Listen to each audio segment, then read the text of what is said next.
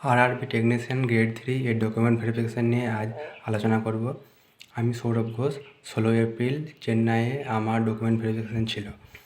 তো তার জন্য কী করছে না, প্রথমে সবাইকে একটা লাইনে দাঁড় করাচ্ছে। তারপর ওদের হাতে একটা লিস্ট থাকছে, সেই লিস্ট অনুযায়ী পরপর তারা নাম ডাকছে এবং আমরা সবাই গিয়ে চেয়ারে বসছি। তারপর ওরা মোটামুটি 2-3 পেজের একটা ফর্ম দিচ্ছে, সেই ফর্মটাকে ফিল আপ করতে হচ্ছে। ফর্মটা খুব সাধারণ, সেখানে নিজের নাম, বাবার নাম, মায়ের নাম, রোল নাম্বার, মোবাইল নাম্বার, কী কাস্ট, এইসবই লিখতে হচ্ছে, বিশেষ কিছু না। আর আইডেন্টিফিকেশান মার্ক যেটা, সেটা ফাঁকা রাখতে হচ্ছে, সেটা ওইখানে স্যাররাই ওরাই লিখে দেবে, ওটা আমাদের লেখার দরকার নেই। এবং কী কী ডকুমেন্টস লাগছে, সেখানে লাগছে মাধ্যমিক, এইচএস, আইটিআই এর মার্কশিট এবং সার্টিফিকেট, এটা লাগছে। আর এক্সট্রা কিছু তারা দিতে বারণ করছে, যেমন গ্র্যাজুয়েশন, এইসবগুলো দেওয়ার দরকার নেই। আর তোমার যেটা কাস্ট, সেই কাস্টে ওবিসি হলে ওবিসি, এসসি এসটি বা ইডাব্লিউএস হলে ইডাব্লিউএস, সেটা লাগছে। সেগুলো সব জেরক্সগুলো রেডি করে রাখতে বলছে। তারপর 24 টাকার ওই মেডিকেলের জন্য সেটা জমা দিতে হচ্ছে। এবারে সেগুলো পরপর সাজিয়ে রাখতে বলছে। তারপর একে একে সবার নাম ডাকা হচ্ছে, যার যার নাম ডাকা হচ্ছে তাদের ডকুমেন্ট ভেরিফিকেশান শুরু হচ্ছে। তারা স্যারদের কাছে যাচ্ছে এবং প্রথমে চাইছে অরিজিনালগুলো এবং তার 1 কপি করে জেরক্স, সেগুলো চাইছে। আর কাস্ট সার্টিফিকেটের ক্ষেত্রে রেলওয়েতে যে ফর্মেট দিয়েছিলো, সেই ফর্মেটে না হলেও হবে, সেন্ট্রাল গভর্নমেন্টের হলেই হবে। এবং সেটা ডিজিটাল হলে ভালো হয় এবং ডিজিটালে যাতে সাইন করা থাকে।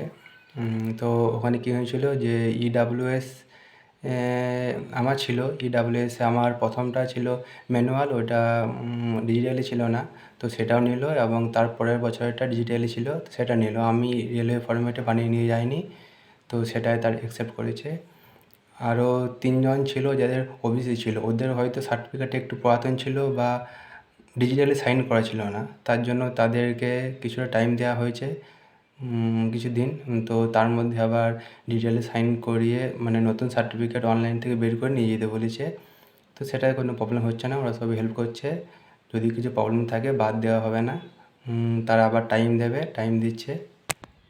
আর ইডাব্লিউএস সার্টিফিকেটের সময় আমরা ফর্ম ফিল আপ যে করেছিলাম, সেই যে সার্টিফিকেট নাম্বারটা দিয়েছিলাম, সেই সার্টিফিকেটটা কিন্তু অবশ্যই চাইছে, সেটা যেই সালে বটে সেটা লাগছে। তো আমি প্রথমে 24-25 সালে সার্টিফিকেটটা দিয়েছিলাম ইডাব্লিউএসটা, কিন্তু আমাকে বলা হলো যে পুরাতনটা দিতে, তো পুরাতনটাও দিলাম এবং নতুনটা দিলাম। তো অরিজিনাল সার্টিফিকেটগুলো কিন্তু তারা জমা নিয়ে নিচ্ছে, শুধু কাস্ট সার্টিফিকেটটা। বাকি যেসব 10, আইটিআই, 12 সেগুলোর অরিজিনালগুলো ফেরত দিচ্ছে, সেগুলোর শুধু 1 কপি করে জেরক্স তারা রাখছে। তো অনেকে কী করছে, সার্টিফিকেটগুলো ডিজিটাল সাইন ভ্যালিডেট করা নেই, সেগুলো নিয়ে চলে যাচ্ছে, কিন্তু সেটা করে গেলে হবে না। ডিজিটাল সিগনেচার ভ্যালিডেট সেটা করতে হবে, তো নিয়ে যেতে সেগুলো নিয়ে যেতে হচ্ছে। আর ছবি লাগছে 3 কপি ছবি লাগছে, 2 কপি ফর্মটাতে দিতে হচ্ছে, আর শেষে ওরা 1 কপি চাইছে। তো এইভাবে তো এক একজনাকার কমপ্লিট করতে মোটামুটি 10 থেকে 15 মিনিট সময় লেগে যাচ্ছে। তারা সব খুঁটিয়ে দেখছে, খুঁটিনাটি সব দেখছে, সব জিনিস চেক করছে। তো প্রবলেম কিছু হচ্ছে না সেরকম। তো ওবিসিতে 3 জনের প্রবলেম হয়েছিল, তাদেরকে কি একটা লেটারে লিখতে বললো একটা সাদা কাগজে, নিয়ে সেটা তারা জমা রাখলো যে এত তারিখের মধ্যে আমি এই সার্টিফিকেটটা ঠিক করে নিয়ে আসবো, এরকম ধরনের। তো তাদেরকে ওটাই বলা হলো যে ডিজিটাল এখন তো অনলাইন বেরোচ্ছে ডিজিটাল, তো সেগুলো ডিজিটাল সিগনেচার ভেরিফাই করে সেটা নিয়ে আসতে তাদের একটা টাইম দেওয়া হলো। তো প্রবলেম কিছু হচ্ছে না। তো এই ছিল মোটামুটি, প্রবলেম হয়নি সবারই। তো আমাদের 16 এপ্রিল সেকেন্ড শিফটে ছিল, 2 জন অ্যাবসেন্ট ছিল, কিন্তু 40 জন করে ডাকা হচ্ছে এক একটা শিফটে চেন্নাই বোর্ডের ক্ষেত্রে। তো 2 জন অ্যাবসেন্ট ছিল।